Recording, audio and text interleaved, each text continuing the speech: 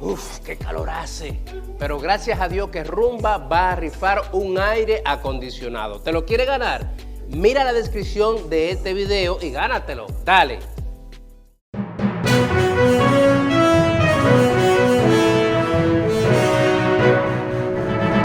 Joven. Yo ando muy bien, muy buenas tardes a todos los que nos escuchan a través de esta emisora y todas las emisoras en cadena con nosotros en el resto del país. Reforma fiscal parte 2. Bueno, Aquí se pagan muchos impuestos. la pregunta en economía siempre decimos, si usted no sabe la respuesta, diga depende. Pero aquí yo me sé la respuesta y la respuesta es depende de a quién usted le pregunte. Depende. A quién usted le pregunte. Bueno, Eso perfecto. depende. Vamos a ver. Si usted le pregunta a los dueños de comercios formales, le van a decir que pagan muchos impuestos. Y si le pregunto a una persona de clase media, Muchísimos impuestos. ¿verdad? Y si le pregunto a un empresario grande, Probablemente le diga que muchos impuestos. y si le pregunto a un empresario de zonas francas, Le va a decir que paga suficientes impuestos. suficiente, Suficiente. que no paga casi nada. Suficientes impuestos. Vamos a ver. Atención, mire bien la cámara para que le vean la carita de hombre inteligente, joven, de Harvard. Mire, vamos a ver. Seguros. Todos los seguros pagan un 16 impuesto selectivo al consumo. Correcto. Nosotros cuando pagamos el teléfono creo que pagamos un 10 de selectivo al consumo o un 12. Es un 10 más 18 más un 2. Ay, Dios mío. 10, Más 18 más 2. pero O sea, el 20. pero el selectivo al consumo 10, es un un 10, 10, es un 10. y más el 2%. De la telefonía. Sin más el 18 del del ITEVI. Oigan esa vaina. Son 20 ya. No, Estoy 10, haciendo los 18, 30. 30. 30, para que estemos claros. Cuando usted le mete el tema ad valorem, etcétera, etcétera, etcétera, a hidrocarburos, ¿cuánto termina usted pagando en impuestos por consumir gasolina? Alrededor de 90 pesos. Pero de eso en porcentajes, 30, 35, No, más. 40%. Más del 40%. Más del 40%. O sea, del precio total que uno paga, más del 40%. Más del 40%. Más del 40%. Préstamos hipotecarios. Más o menos, el promedio. 12, 16, 18. Salvo que usted haya tenido la suerte de conseguir una feria o préstamo de encaje, póngale más de 12%. Más del 12. Digamos entre 12, 14, 16. 15, 16. Sí. 16. La carga es pesada. ¿verdad? El que, vamos a ver, esos son préstamos hipotecarios. Póngale ahí, si usted con ese préstamo hipotecario compró un apartamento para usted vivir, tuvo que pagar el 3% de transferencia del inmueble, Ajá, gastos legales. gastos legales, gastos de cierre, más si es un apartamento relativamente caro, que pasa los 9 millones y medio, IPI de esa diferencia, que es el 1%. Perfecto. Préstamos personales. Más o menos. 18, 18, 20, 20%. 18, 20. Préstamos personales. Oigan bien. Salvo que usted haya tenido la suerte de tener un préstamo de encaje. Un préstamo de encaje. Es decir, cuando el Banco Central libera dinero para ponerlo más barato. Más barato, correcto. Para bajar el costo del dinero. Y facilidades para la gente. Así es. Oigan bien por dónde vamos. Oigan bien por dónde vamos. ¿Qué usted paga cuando financia tarjeta de crédito? 7% Mensual. mensual. Eso es 84% anual.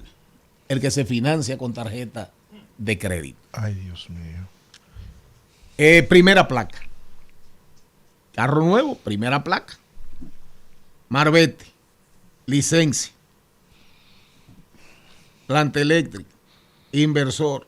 Pero a eso hay que agregarle algo. Y es que si usted es asalariado, le cobran impuestos sobre la renta Claro. asalariada. Y si recibes un bono, ¿cuánto te quitan? El 25%. El 25%. Si te Claro. quitan, si logras una bonificación, te quitan Ahora, el 25%. Si, como en mi caso, que una de mis fuentes de ingreso es mi empresa y soy proveedor informal, yo tengo que pagar el 18% más un 10% de impuestos sobre la renta con un proveedor informal.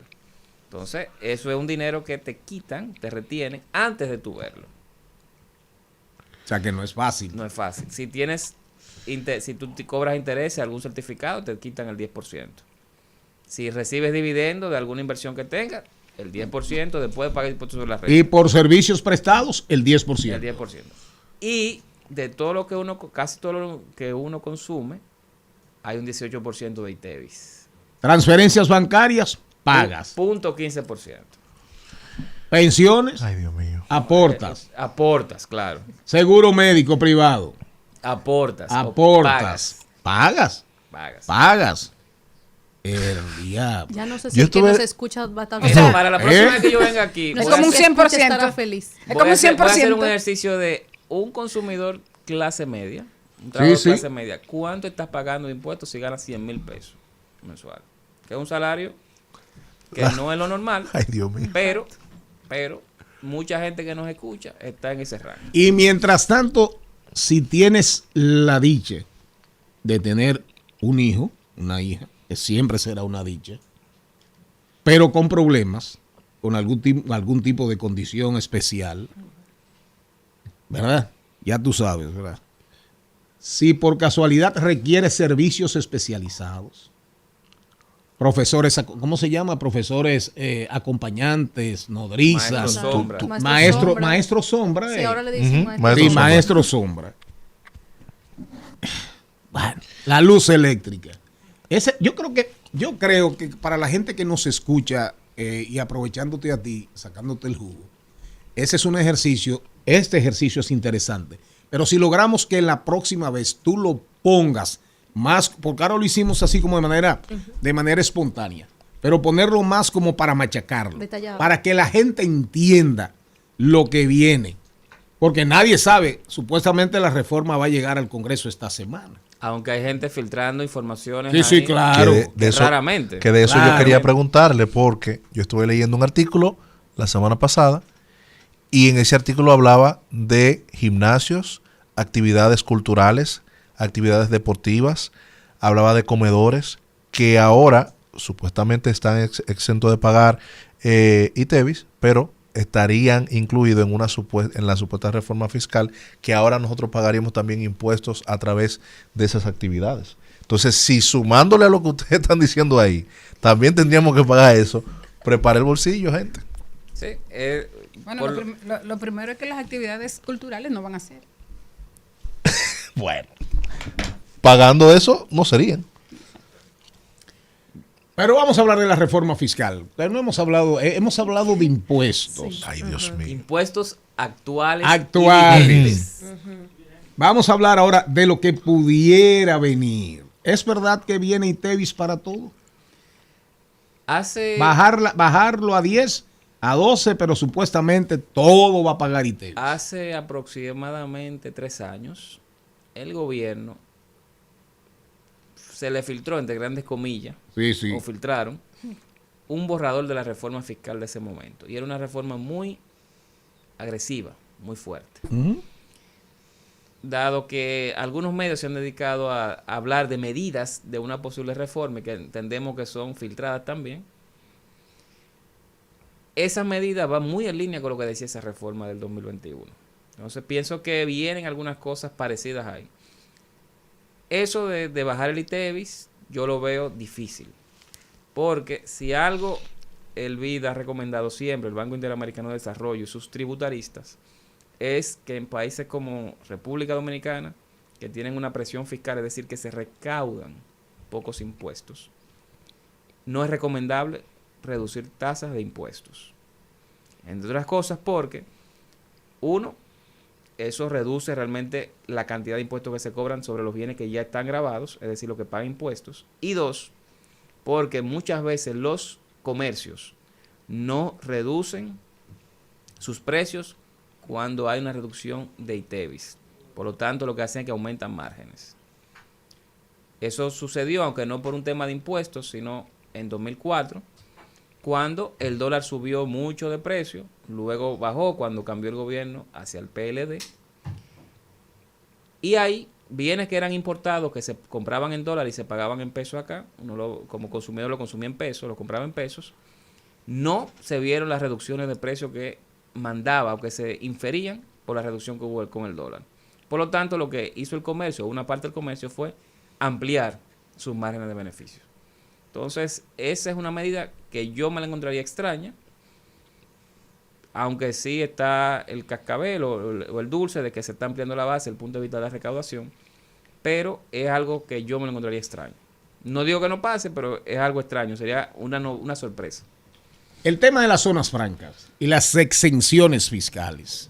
Un artículo súper interesante de Andy Dawager, que plantea claramente el declive de la pérdida de porcentajes significativos respecto a Costa Rica, de uno de los grandes países, zonas franqueros del mundo y sobre todo de América.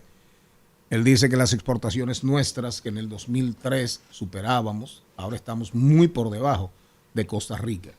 ¿Qué puede pasar con un sector tan importante? Es muy importante. Ahora bien, habría que analizar por qué estamos perdiendo competitividad versus Costa Rica. Pienso que no es un tema de impuestos ni de incentivos tributarios, sino que también hay un tema, y eso es una discusión que, como dice el meme, ¿no? De no estamos listos para esta conversación. Ajá. Bueno, en este caso yo creo que hay que ponerse a tener la conversación porque es más que nada un tema de formación de la mano de obra.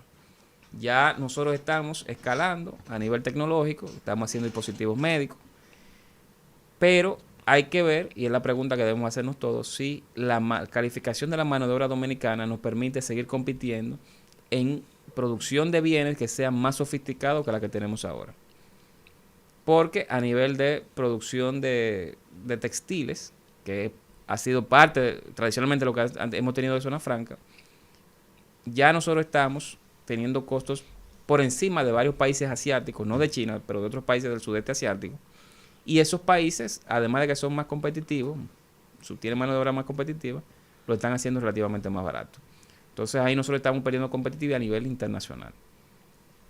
Vamos a ver, vamos a hacer memoria. Atención, niños, niñas. Miren esto. En fecha, caramba, 18 de abril del 2018, decía el hoy presidente Luis Abinader, la solución al déficit no son más impuestos, como pretende el gobierno, sino ajustar el gasto, acabando con el dispendio.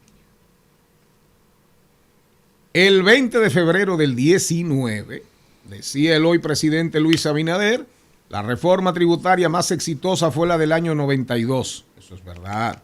Andy Dawager estuvo ahí, Moderno, doctor Balaguer, donde bajó la tasa de impuestos, dando como resultado que la economía de las personas aumentara y la informalidad disminuyera. El 12 de octubre del 16, decía, del 19, no, del 18, desde el gobierno vamos a direccionar los impuestos de todos para financiar el desarrollo nacional. Y en el 16, antes de perder las elecciones, el 29 de abril, decía, la nueva reforma fiscal que anuncian es un reconocimiento del fracaso de su modelo de más endeudamiento y más impuestos, no más. Pero, algo que resulta como paradójico, ¿verdad? El presidente de la República siempre ha dicho que les sobra el dinero, que les rinde el dinero, que les rinde el dinero. ¿Dónde está todo ese dinero? Bueno. Ese dinero que rinde tanto. En los asesores. Las arcas del Estado deberían estar rebosantes. Votando. República Dominicana tiene un problema estructural de largo plazo.